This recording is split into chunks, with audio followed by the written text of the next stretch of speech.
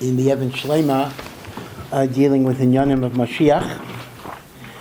And the last thing we had looked at was the idea that there is a notion of Kates. Kates is the end of days.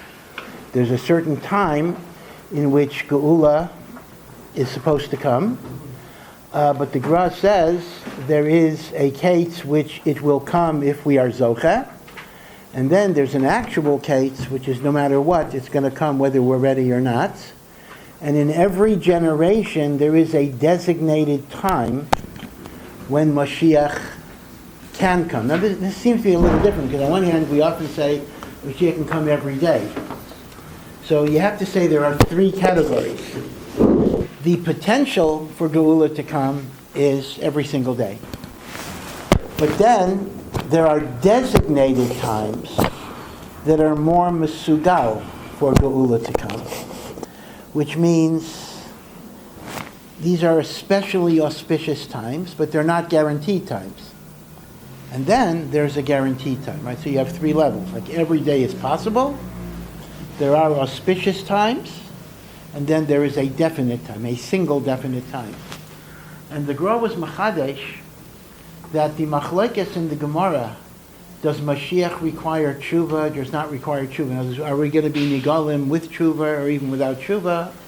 So the Gra says they are both correct, and that is the individual end of days, auspicious time, can only be triggered with tshuva, but the ultimate end of the case, the last one, is going to happen even without tshuva. But the big nafkamina is, if it happens without tshuva, the chavlei Mashiach are going to be much, much, much worse. So it's to your advantage. Even if you say, I don't mind waiting, or whatever, let's wait. If Mashiach is guaranteed either way, so why do I have to go through, anything difficult? The answer is because without the tshuva, the chavlei Mashiach are going to be very, very bad. The good news is that with a tshuva, the chavlei Mashiach can either be eliminated, that's if everybody does tshuva, or the chol hapachas can be minimized. Now, what's interesting is what's not entirely clear is that referring to Klal Yisrael or even a Yachid? I mean, let's imagine I do tshuva, you're about tshuva, I do tshuva. But let's say most Jews don't do tshuva. So, what does that mean? Does that mean that the Chavlei Mashiach get minimized for me, but everyone else is going to suffer? So it's not clear, meaning, is this done on a community basis or on a Yachid's basis? It's mashra from the Gemara itself that this actually is going to apply to each Yachid, meaning if I do certain inyanim, I will be nitzel mechavlei Mashiach, even if the chavlei Mashiach are happening in the world. In other words, I myself can save myself. The Gemara says if a person is zohir in the three seudas of Shabbos, he is nitzel mechavlei Mashiach. In fact, this found its way in the Zemiras, in my Yedidas Menuchasech, right? One of the Shabbos Zemiras Friday night. So what do we say? Mechavlei Mashiach, right? Mechavlei Mashiach yutzolu lirvacha. From the birth pains of Mashiach, we will be saved in an expansive way. Yes, it's kedai sometimes to actually learn Zemiros. The statements in Zemiros are borrowed or taken from Midrashim, from Gemaras, and this is taken from Gemaras, that if you're Zohar in Sudas Shabbos, you will be nitzel from the Chavlei Mashiach. Now, obviously, that's an individual promise. In other words, even if many Jews are not Zohar in Sudas Shabbos, if you're Zohar, right, that's the idea of being nitzel. Right, so this is the idea that there is a final case, and then every generation has a case. And then the Gra made the interesting point that since there's a different midah of HaKadosh Baruch Hu that is sholeit in every generation, the avodah needed to bring Mashiach in that generation is going to depend on the particular aspect of divinity that is dominant. So there'll be times in which the Iker is Talmud Torah, there'll be times it'll be Avas Yisrael, there'll be times it'll be Chesed, there'll be times it'll be Mesiras Nefesh. In other words, we have to do everything all the time, for sure. But because there's a dominant divine hashpah in the world, our avodah has to match up. to that dominant hashpa'ah. And this actually explains why in different tekufas of Jewish history, different forms of Avodas Hashem were emphasized. Remember, it's an obvious point in the sense that within Torah Judaism, there's no such thing as something totally new. If somebody were to invent a new way of serving Hashem, by definition it would be wrong. What do you mean a new way of serving Hashem? The Torah is eternal. The Torah doesn't change. So how is it shaykh to have a new way of serving Hashem? That's a conservative reform, or whatever it would be. But the Graz Masbir, that this is not an issue of a new way of serving Hashem, but rather in Torah there's an infinity of different mahalchim. And in every generation there's a different aspect of divinity that becomes dominant, and therefore certain things have to be emphasized. So if we talk about Chassidus didn't invent anything, but Chassidus may have taken certain ideas that were not emphasized and emphasized them. Different tekufos. So it's interesting, although the Gra Lamaisa was a misnagid to Chassidus, so that's a separate issue, but the Gra's explanation explains things like Chassidus, like Musar, like Kabbalah, all of these different inyanim, because these were different facets that needed to be revealed or emphasized at a time when a different midah of HaKadosh Baruch Hu is sholate in the world. And that's why, that's the interesting challenge, that you can't just serve Hashem, you have to flesh this out, by just imitating what the Frierdiker Doris does. I mean, sometimes a person has a hashkafa, which is a very powerful hashkafa indeed, that, you know, my grandfather did it this way, and therefore that's how I do it. I don't change. I simply, and in fact, we often talk about that as the right approach. You know, it's hard to be magdir. In many ways it is the right approach, but it's not a complete approach, because a person also has to realize that there are different aspects of HaKadosh Baruch Hu that become manifest in different eras, and therefore there may be a need to modify. And now again, this is not for each individual to decide. It's not for me to decide, you to decide what needs to be modified. This is the job description of a gadol. This is why we have gedolim that are madrichas. I mean, for example, take things like Eis Lasos Lashem. The Torah Shabbat Peh was not supposed to be written down. Not allowed to write Torah Shabbat Peh down, right? It's usher. It has to be taught orally. So comes Rav Yehuda Hanossi and says, you know, it's time to write down the Mishnah. And later, Rabbeinu and Rav Ashi and all the Chachamim of the Dor say, let's write down all of the discussions of Amoraim. That even though it's keneged the halacha, but this is necessary for the kiyum ha-Torah. Eis lasais lashem.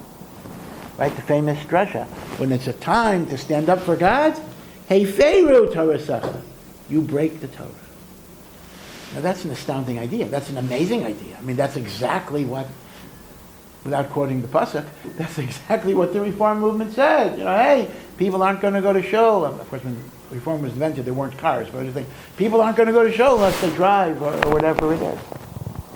And yet, it's a very dangerous idea, and yet the Gedolim understand that there are times in which you do have to make shinuyim. Only a gadol can do those types of things. You know, I'll give you an example. The Chazon Ish even applied it. The Chazon Ish was not the Tanor Maram. The Chazon Ish was an Acharon. He died in the 1950s. He applied it to an interesting contemporary shaila, an interesting shaila about a man teaching women who are not dressed tznius. Now this is actually a very serious shaila. People don't always realize this. And that is, if I am facing a woman that's not dressed tznius, and by the way, that includes my own wife when she's not a nida. I mean, that's a big chiddush. I am not allowed to say, I'm allowed to think. I'm not allowed to say brachos or tefillos or divrei Torah. And this is even your own wife, meaning even if when you're not learning, you know, your wife, let's say, doesn't have to have her hair covered or whatever, she could, al pi halacha, she doesn't have to be totally tsanua, but legabe, you learning and saying brachos, she does. Same thing with Kol Isha. A man is allowed to listen to his wife sing, no question, and many poskim say even when she's a nida. But when his wife is singing, he's not allowed to speak in learning, say brachos or dvarim shebekdusha. This raises a whole question. I'll get to the Chazanish in a moment, but this raises the whole question of how can I sing, or can I sing Zemiros with my wife? Right? L'chaira, I'm allowed to hear my wife sing. That's okay, for sure, right? Don't walk away and say that I asked you hearing your wife sing. Your wife can sing to you, or sing herself, and you can listen. But the question is, when I say Zemiros, right? I'm saying a tefillah. So that's a big machlokas. Some poskim say Zemiros do not have a din of tefillah or brachos, and they allow it. Other people are machmer. Rav Yashav actually said, if your wife really likes to sing, you should let her sing, and you should learn behirur. You should think in learning. There's have a say. So let her be a soloist. Rav Yashav said it's better for her to be a soloist, and you're maharher b'divrei Torah, instead of singing with her, where there's amiras d'varim shebekdusha. Now, Lamaisa, they tell an interesting story. They tell an interesting story about the Kesav Sefer. The Kesav Sefer was the Chesam Sefer's son, of Rav ben Yamin Sefer. So he had a sister. Now, the Chesam Sefer had a daughter. So she became an almana. She lost her husband. So the first Pesach after her husband died, she went to spend Yom Tov with her brother, with the Kesav Sefer. So when they sing Pesach songs, whatever is Dayenu, I'm not sure what Nigunim they sang, Dayenu, Chad Gadya, she was singing along. So the Kesav Sefer said, asked her, please, our minhag is that the women don't sing.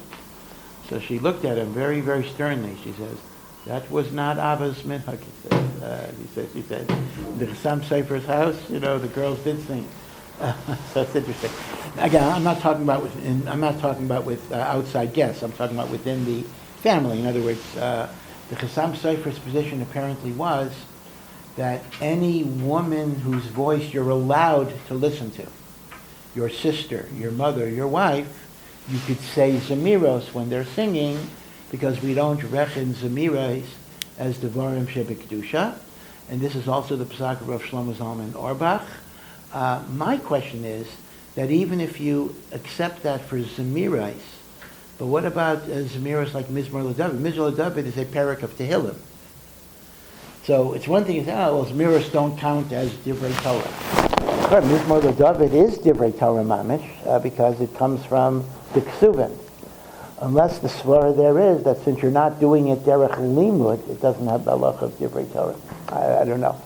So again, I'm not here to paskin, but what I wanted to share with you is what connects to the Gra's point is, so the question becomes, if I'm a teacher, right? I'm a teacher. I teach in a seminary or to Balas Shuvah, to adult women. And some of the women are not from yet. So they may be dressed not sanua. All right, so Bishlama, if the only problem is a married woman whose hair is uncovered, which is a problem, taka, but there already we have a sheet of the Aruch HaShulchan. The Aruch HaShulchan has a very, very meforsam kula that since Bizman Hazeh, most Jewish married women are so porous in the chiyuv of covering their hair, uncovered hair is no longer sexually provocative, and therefore the Aruch HaShulchan says you're allowed to say Kriya Shema to daven and say brachos in front of Reish Megula. That's a big chiddush. Now, I do want to point out that a lot of people misrepresent the Aruch HaShulchan. A lot of people in the very modern Orthodox community will tell you, the Aruch HaShulchan says married women don't have to cover their hair today because it's no longer sexually provocative. Chas v'shalom mamish, chas v'shalom. The Aruch HaShulchan, of course, says there's a chiyuv on married women to cover their hair. He says, because of our many sins, people aren't doing it, it's no longer provocative, so you could say Devarim Shebekdusha, right? One has to understand, the Aruch HaShulchan did not matter the practice, but he simply said you're allowed to say Devarim Shebekdusha.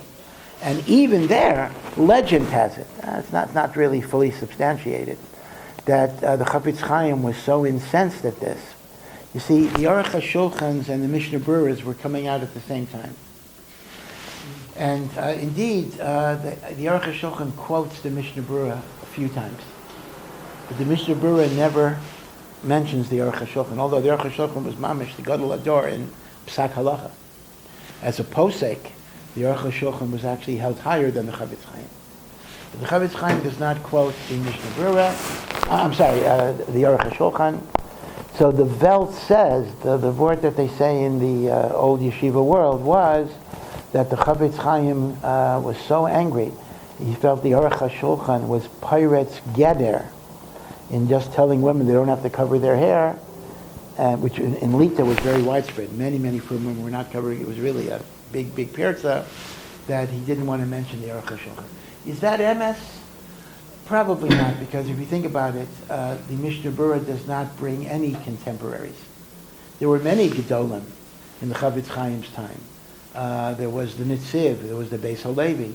There were many, and the Mishnah Berurah never brings. The Mishnah Berurah only brings people who were dead. He does not bring anybody who was alive when he wrote the Mishnah Berurah. So I don't think you could bring a raya that he was makbid, but the Eilam says that he was makbid. By the way, there's one exception. He does bring the Or Sameach. He does bring Rav Meir Simcha in Hilchos Rosh Hashanah on a matter of Agadata, almost like why do you blow a shofar of Ayil? And Rav Shach said he always had a kasha, like why the Mishnah Berurah had a policy of not bringing contemporary Gedolim. So why did he bring Rav Meir Simcha?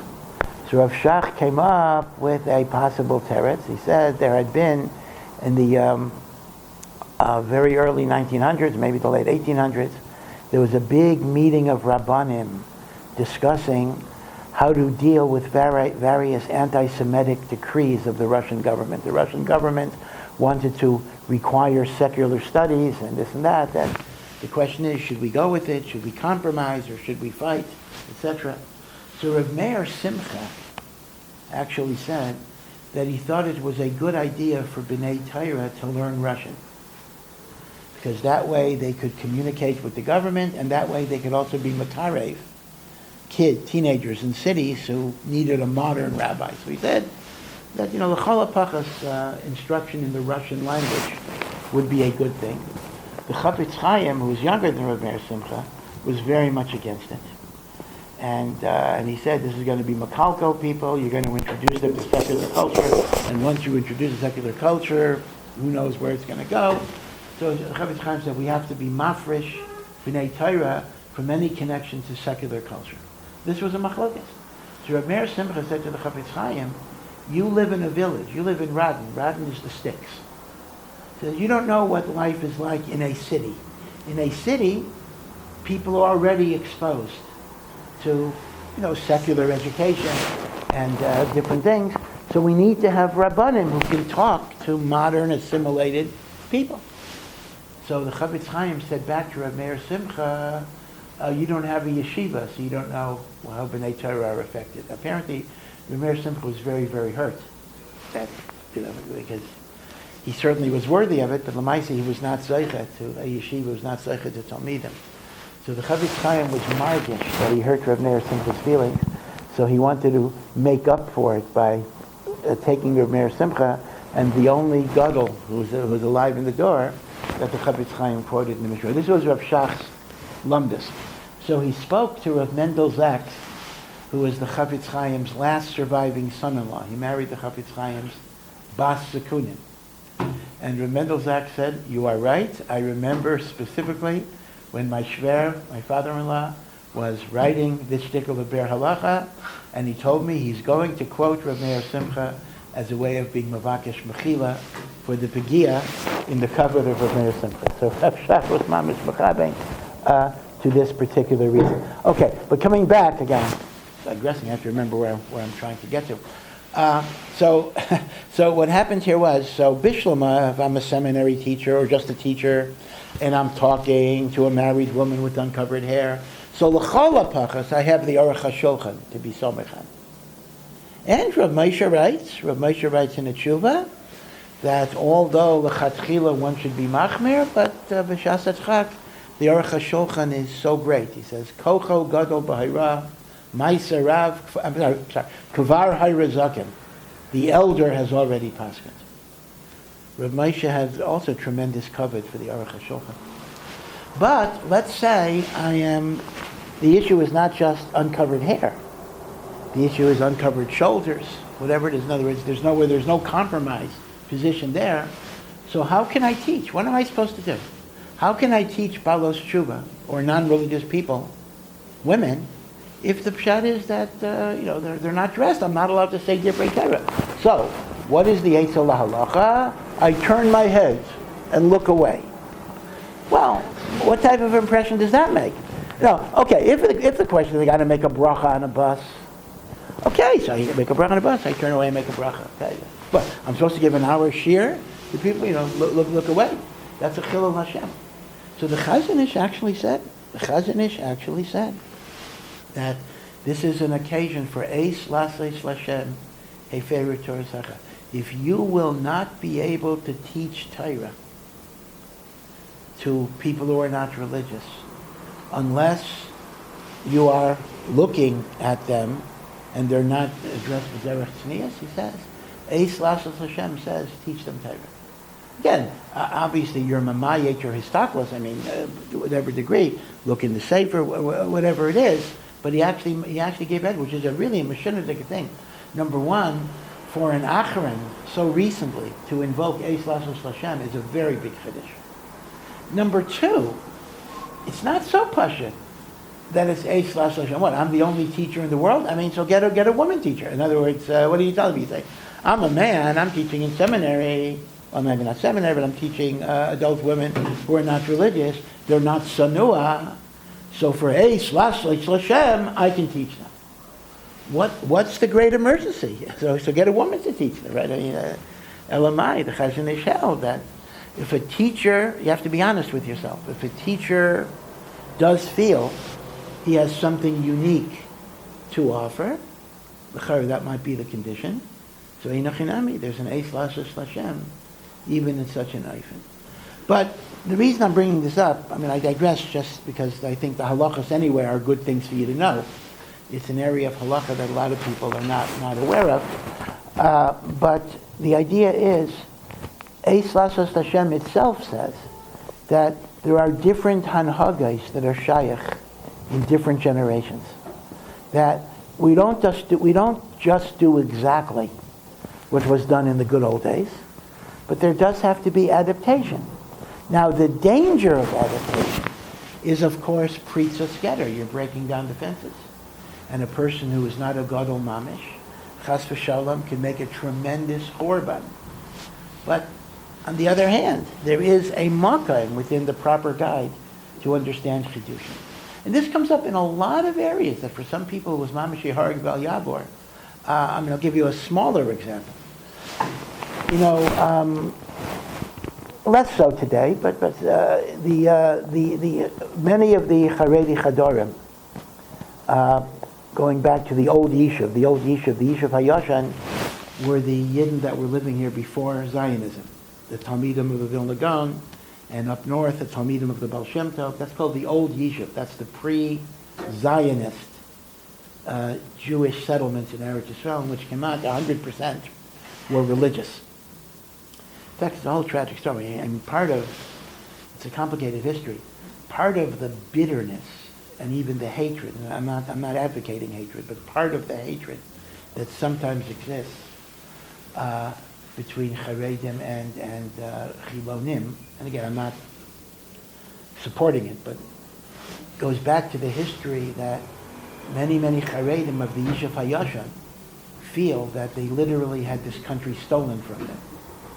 Because if you go back, let's say, go back to 1850, I'm just picking a date, go back to 1850. And of course, there were far fewer Jews. But kimat, 100% of the Jews in Eretz Yisrael were shomer mitzvahs. 95%, 96%. Tremendous. And then all of a sudden, the numbers started changing. Till the frum that had been the majority became the minority. So part of the idea was that there was a certain hatred that literally the whole direction of Eretz Yisrael was changed by the Zionist Aliyot. Well, it's complicated. So maybe more from people should have come. That would have made it. But okay. But this is part of it. So part of it are kind of the bitterness that goes back. Because if you go back, let's say, to the 1910, 1920, that's when the big numbers were coming. You see how much concern, what a pachad the Yishuv HaYoshen had over all of the Zionist influx that was coming in. Okay. But be it as it may, their Chadarim were all Yiddish speaking.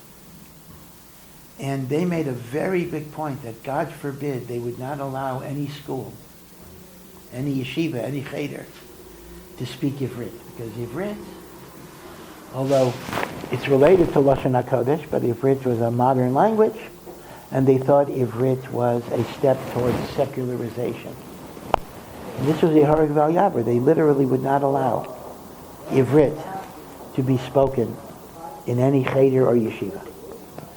Now what happened was that among the Yidden that came to Eretz Yisrael were many Sephardim. From Yemen, Morocco, Yiddish was not their language. Even today it's a problem. You have a Sephardic kid who, his parents don't speak Yiddish, his parents don't know Yiddish. In fact, my landlord, Allah Shalom, he's not alive anymore, he came from Iraq, and when he came to Eretz Yisrael in the early 50s, there were no Sephardi Chadarim. So he actually went to a Satmar, a Sephardic kid, went to a Satmar Cheder. So, he had to learn Yiddish. I mean, his parents didn't know Yiddish, but whatever.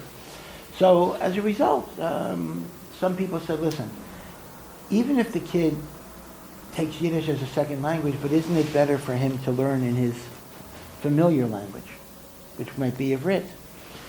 And many of the Kanaim said, Chas v'shalom, and the Chazon Ish said, for sure, you do whatever the learning is better in. To fight against Ivrit would be fighting yesterday's battles.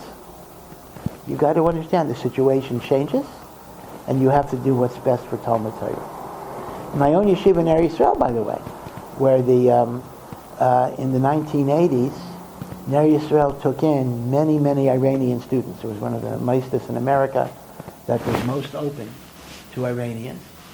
And again, many of the Rabbanim were like literal parents to the kids. And the Shir Klali of the Rosh Yeshiva were always in Yiddish. But because of the Iranians, they switched to English. They mamish went from Yiddish to English because they said, Bishlama, if you're an American kid who doesn't know Yiddish, so learn it. We're not gonna change our standard because you didn't learn Yiddish. But on an Iranian kid, that's no taina. He's not expected to know Yiddish. So we don't have a right to make it hard for him to understand the shir. Okay. Actually, the great Rav Asher Arieli, in Mir, he didn't know Yiddish. He was raised in a Hebrew-speaking home. And he actually had to learn. He said he had to learn Yiddish because once he became a Rebbe in Mir, or whatever it is, it was makubal, you have to give a shir in Yiddish. So he had to learn Yiddish. Yiddish was not a language that he had grown up with in that way. Okay. Rav Yaakov Kamenetsky gives other examples too of the idea that it's a fascinating topic. Because on one hand, we grow up with the idea Torah doesn't change, Yiddishkeit doesn't change, we don't do reform, we don't do anything different than was done. And yet, on a deeper level, there are going to be changes, there are going to be innovations. Ksivas Torah Shabbat Peh was the example I gave you. Other examples is the issue of the Mishnah. This is a controversial thing. The Mishnah talks about a seder of how you learn. Ben Chamesh Lemikra. When you're 5 years old, you start learning Torah Shebechsav. Chumash, Tanakh, really. And then it says Ben Eser LeMishnah. And when you're 10, you do Mishnah. Implying, in other words, that from 5 to 10, you don't do Mishnayos. You just do Chumash or maybe even Tanakh, Tovim Ksuvim. And then when you're 10, you do Mishnah. And then when you're 15, you do Talmud. Now obviously, you have to understand what that means. When Pirkei Avos is a Mishnah, right? When Pirkei Avos was written, there was no such thing as Gemara per se, right? Or Talmud. So what does Pirkei Avos mean? It says when you're 5, it's Mikra. When you're 10, it's Mishnah. When you're 15, Talmud. So obviously it means Talmud as Torah Shebal Peh, analyzing, asking questions. Even before it was written in a book, right? The HaRav didn't have Gemara either, right? But they were, we wouldn't call it learning Gemara, but they're doing the process of Gemara. So if you look at the Seder HaLimud, you see that it's very, very structured. 5 years of Torah Shebichsav.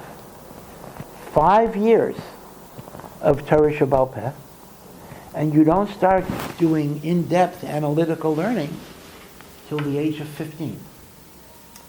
Now, obviously, that's not the plan that is followed in most places. Now, the Zilberman Shita, Ein Hachinami, the Zilberman Shita tries, even today, to replicate the Mahalech of Pirkei Avos, in which kids do not start Gemara until they have had 5 years of Chumash and 5 years of Mishnayos.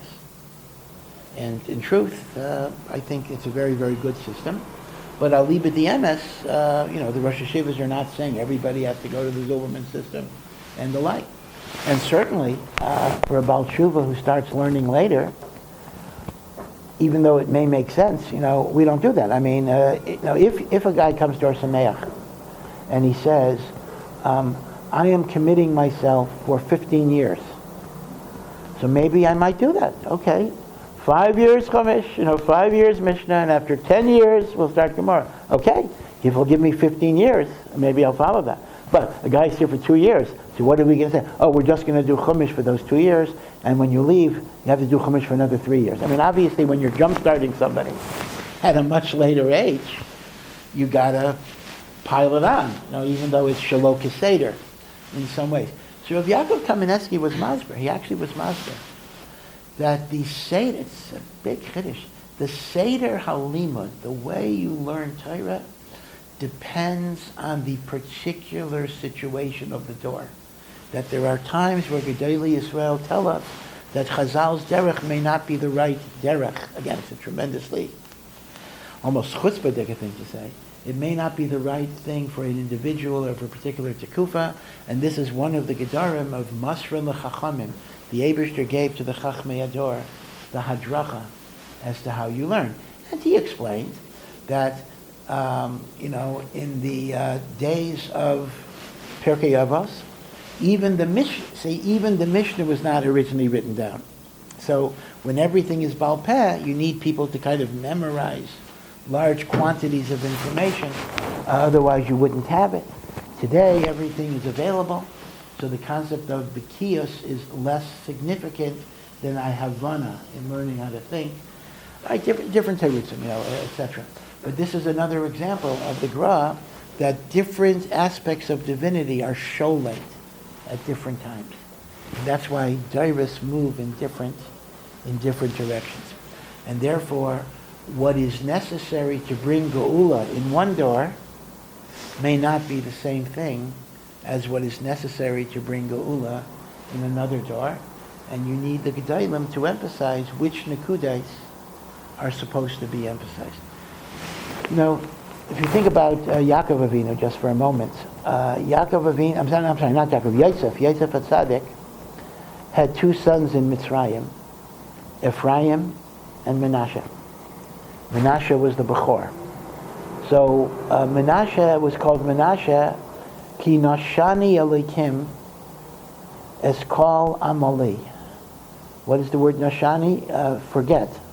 That Baruch Hashem, God has enabled me to forget all my toil and all my suffering. Meaning Yosef had been in Mitzrayim, he was sold by his brothers, he was a slave, he was in prison. But now, Baruch Hashem, he's Mishnah L'Melech, God has enabled me to forget all of my suffering. That's Menashe. Ephraim, Hifrani Elikim, God has made me fruitful and productive. B'eretz Ani. So, there are Sfarim that say the following. when Yosef says, God has made me forget my suffering, he's not simply saying, oh, I had a hard life and now it's easy.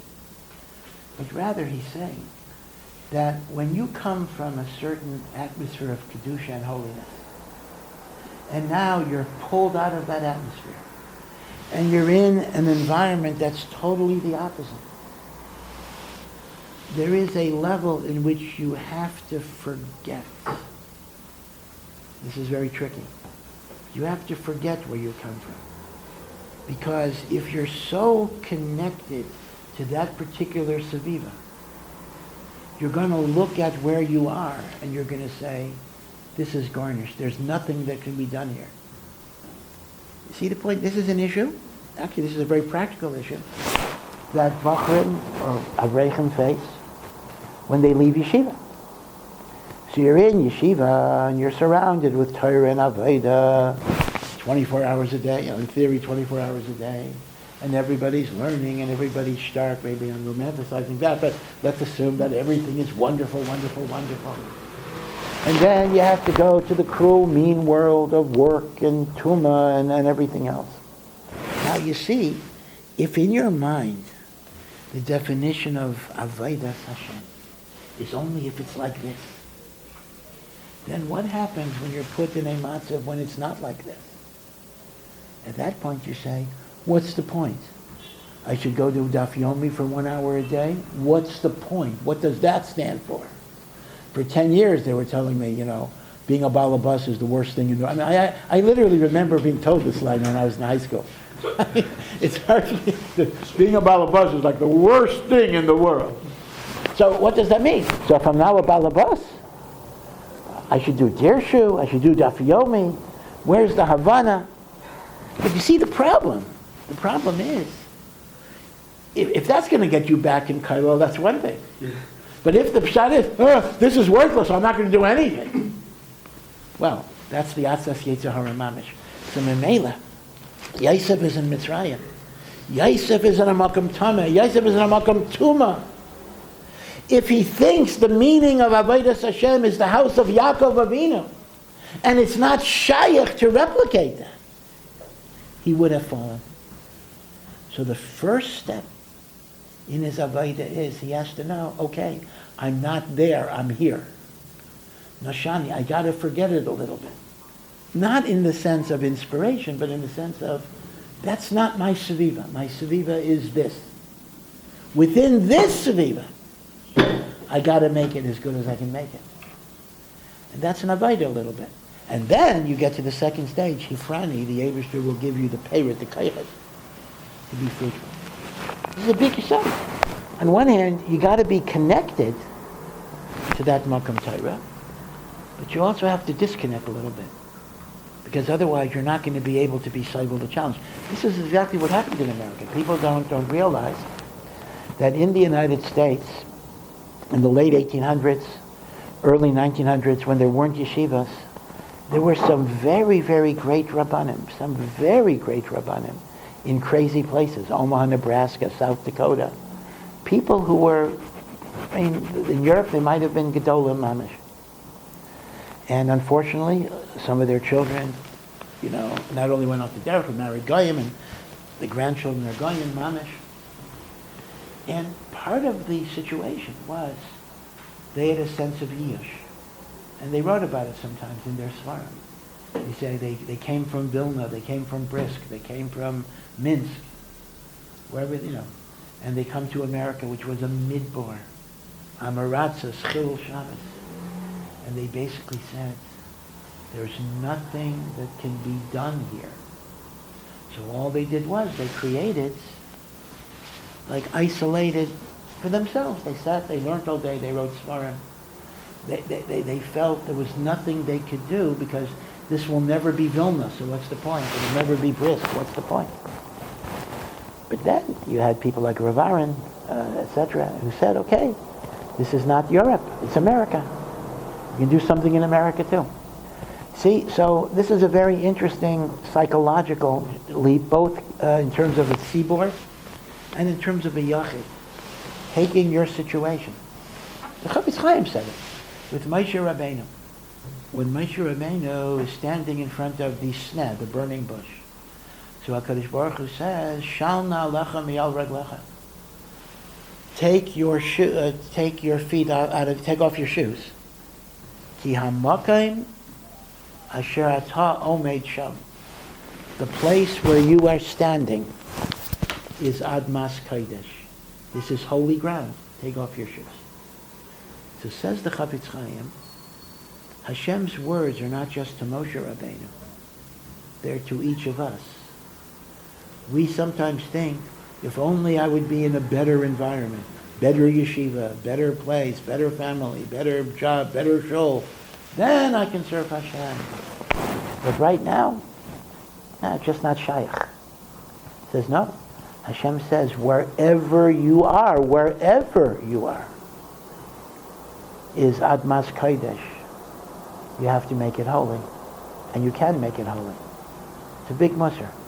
So simultaneously with connecting yourself to yeshiva, you have to know how to disconnect in the sense that even if I'm not going to be able to replicate what I had in yeshiva, I can do something very, very good.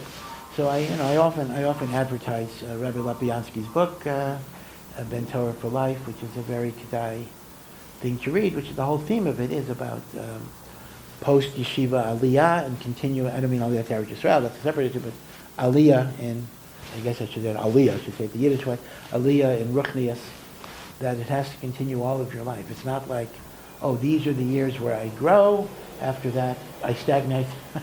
That's not the way it goes. You have to be a Ben Torah your whole life. There may be different matzavim. There may be times that you're going to work, and there may be going to be times in which you're not going to have a lot of time to learn. But still, Torah and mitzvahs have to be what your life is about, even if the time commitments are going to change in the course of your life. It's a very, very big yesod. And again, it's connected in microcosm to the Gra's idea that different divine hashpa'ot are in the world at different times. So I would add, the Gra doesn't say this, but I would be meisiv to the Gra, that also refers to individuals. There are different ways God is interacting with me at different times of my life, and I have to be able to find Him in the different ways that He's revealing Himself to me, and in the different ways that I am living in the world. So it's an important yesod. So this idea, you can write a whole book in this. The idea that within the continuity and eternity of the Torah, there is actually a lot of change, a lot of flux, a lot of dynamism. Certainly in the Derech HaLimud, for sure you see that. Maybe it's a different type of example. You compare Rav Chaim's Derech to Rav Shimon's Derech, to the Chassidish Derech, to the Chassam Sofer's Derech, to the Ksais, the Nesivos. These are not just machloksim in maskanas, that's another thing, but they're different ways of approaching sugyas. Once again, these are different divine hashpa'ot that reveal themselves at different times. In fact, this is a beautiful story about Rav Chaim Soloveitchik, just to show you how deep Rav Chaim was. Rav Chaim had his own derech. Rav Chaim had a unique derech halimud, and in Litvish yeshivas, I don't know if you always know this, Rav Chaim is the ancestor, really, of the derech halimud in Litvish yeshivas, because all the great Roshei Yeshiva of the next generation were Talmidim or Talmidei Talmidim, whether it's Rav Baruch Ber, Rav Elchanan, Rav Shimon Shkop, Rav Elchanan Wasserman, Rav Moshe Mordechai Epstein, Rav Isser Zalman Meltzer, and then of course they had Talmidim. All of it is Rav Chaim. A few svarim got adopted into the yeshiva world from before Rav Chaim. Rabbi Kiva Eger, Minchas Chinuch, they kind of got honorary adoption, so to speak, because they were close to Rav Chaim's derech, more or less. But you see that a lot of Achrayim simply didn't really make it in the yeshiva world. But just to give you a sense of how Rav Chaim's Havana was so deep, Rav Chaim would play a game sometimes. He would ask somebody, when he saw a sefer, he says, ask me a kasha from that sefer, and give me the teretz that the Mechaber gave. And tell me a kasha and a teretz. Tell me a word from the sefer. Then he said, ask me another kasha from the sefer, and don't give me the teretz. And Rav Chaim was able, by hearing one kasha and one teretz, to figure out the derech of how this mechaber thought, and therefore he could be mechaber to every other teretz, to every other kasha. Even though it wasn't his derech at all, it was totally not his derech. And he said, oh, that's how he thinks? So Mamela, this is how he's going to answer it, right? This was the mahalach that Chaim used to play, that tell me one teretz of the mechaber, and I will tell you how he will answer every other kasha that he asks. That's, I don't know, I mean, there's so many stories about Rav Chaim, but that story I personally find very, very, very amazing.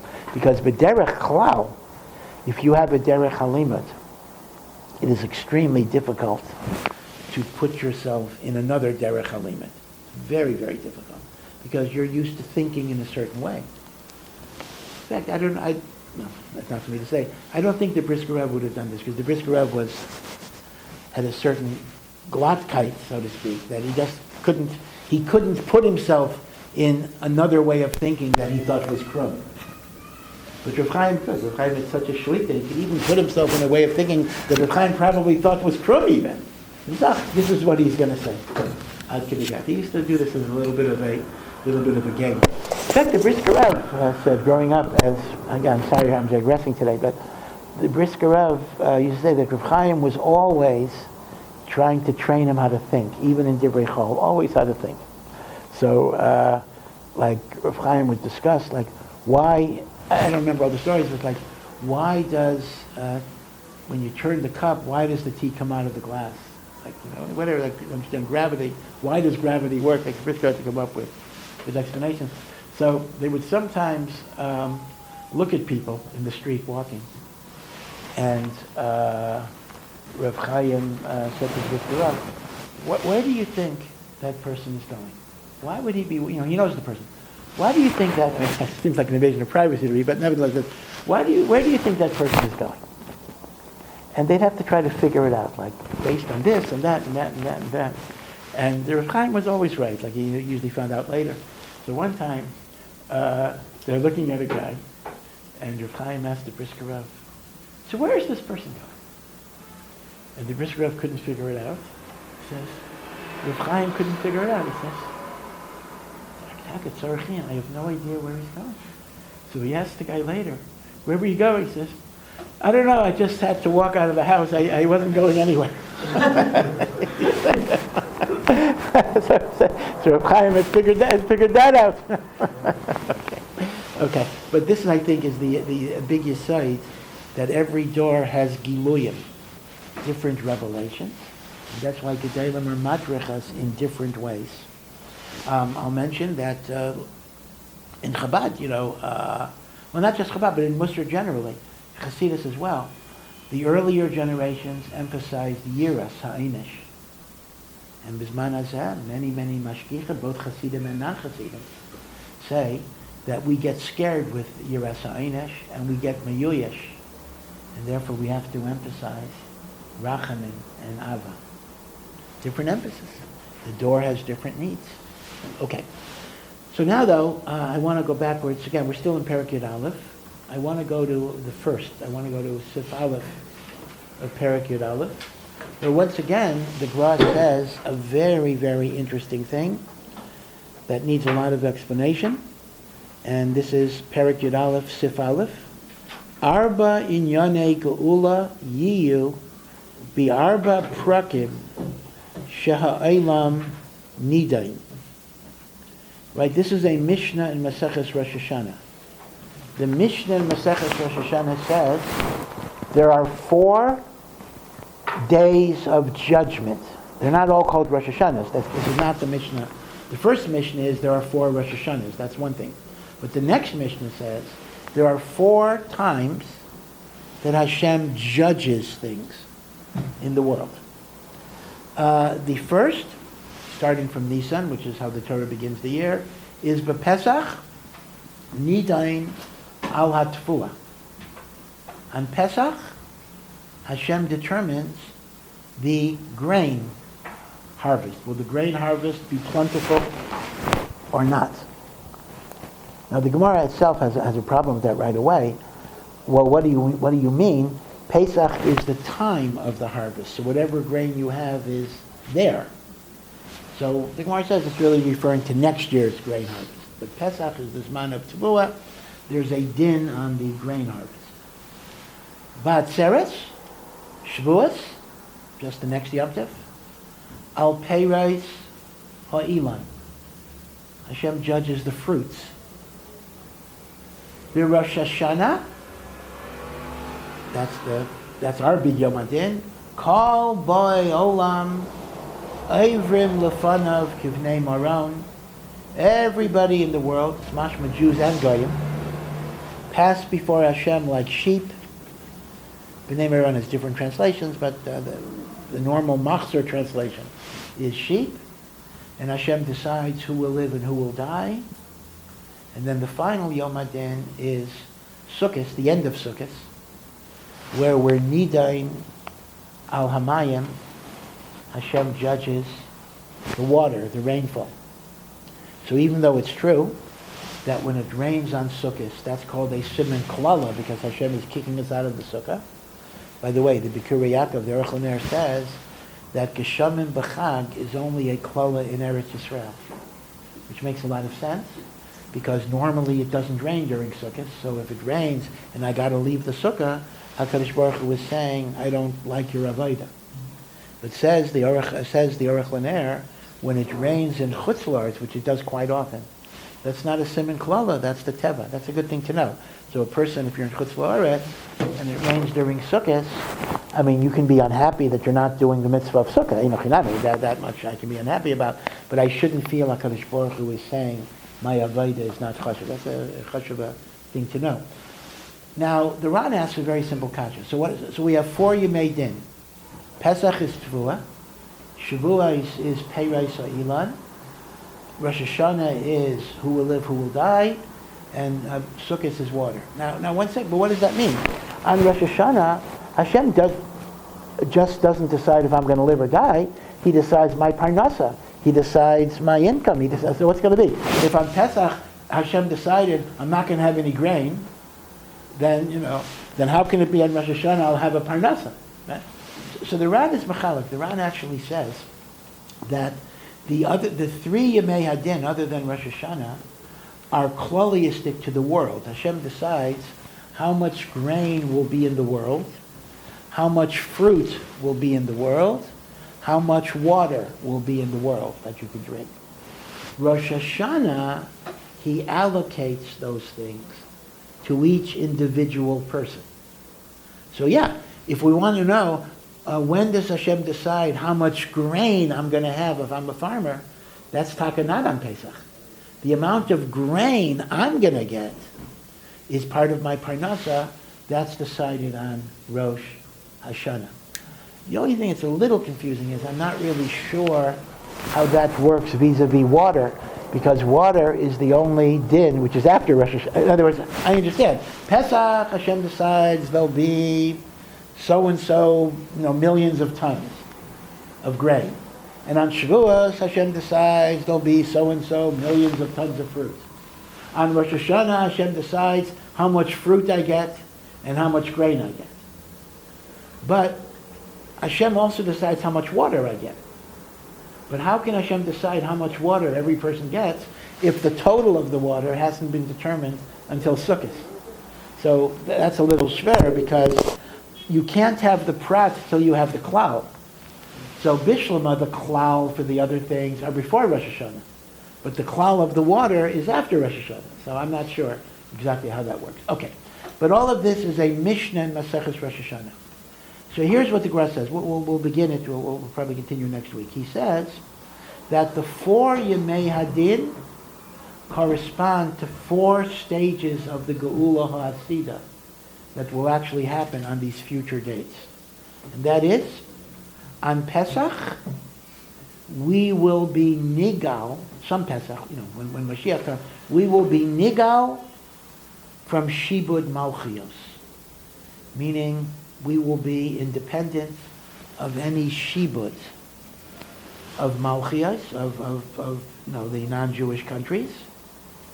On Rosh Hashanah, That's the Rosh Hashanah after Pesach. There will be a Gemar, so I'll just say what it is. There'll be a Gemar Din against the enemies of God, that they will be destroyed. On Shavuos, now again, this is taking place over more than 1 year. We're not going with the order of the calendar. We're not going with Pesach, Shavuos, Rosh Hashanah, Sukkot. We're going with Pesach, and nothing's going to happen the next Shavuos. That Shavuos is a vacant. Pesach, Rosh Hashanah, then nothing happens that Sukkot, nothing happens that Pesach, then it's Shavuos.